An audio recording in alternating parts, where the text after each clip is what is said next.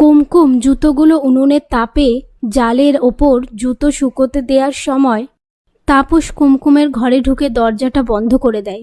কুমকুম বলে, কে আপনি? কি চাই আপনার? তাপস বলে, কি চাই তুই জানিস না? ওদিকে কুমকুম এখনো পর্যন্ত জুতো নিয়ে এসে না পৌঁছতে পারলেই সবাই চিন্তা করতে থাকে। তখন ঈশান তার আম্মাকে বলে, আর কোনো উপায় নেই, এই ব্যবসাটা বন্ধ করতেই হবে, আমি অ্যানাউন্স করে দিচ্ছি। এদিকে তাপস কুমকুমের দিকে এগিয়ে আসলে কুমকুম উনুন থেকে একটা কাঠ বের করে তাপসকে বলে, আমি কিন্তু ছ্যাঁকা দিয়ে দেব। তাপস বলে, তুই পারবি আমার সাথে? এরপর কুমকুমের শাশুড়ি এসে কুমকুমকে ডাকতে থাকলে কুমকুম দরজা খুলে বাইরে বেরিয়ে গিয়ে সবটা জানায়।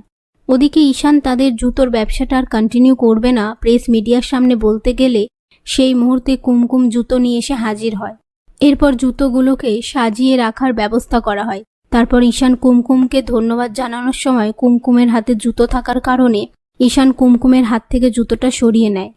কুমকুম ভয় পেয়ে গেলে ঈশান বলে, এত ভয় কেন পাও বলো তো তুমি? এই নিয়ে তারা কথা বলতে থাকে। তারপর প্রেস মিডিয়া সবাই জুতোর নকশা দেখে প্রশংসা করে। তার মধ্যে সপ্তর্ষি বক্তৃতা দেয়, আলপনা আমাদের ঐতিহ্য, সেটা জুতোতে তুলে ধরে আমরা ঐতিহ্য এগিয়ে নিয়ে যেতে চাই।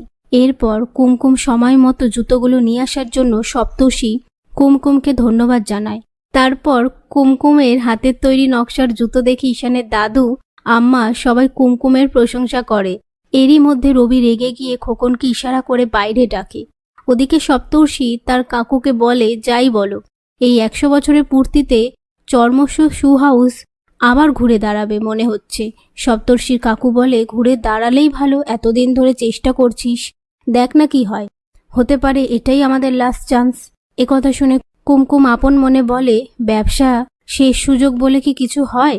ব্যবসা না বদলে নকশা বদলাতে হবে।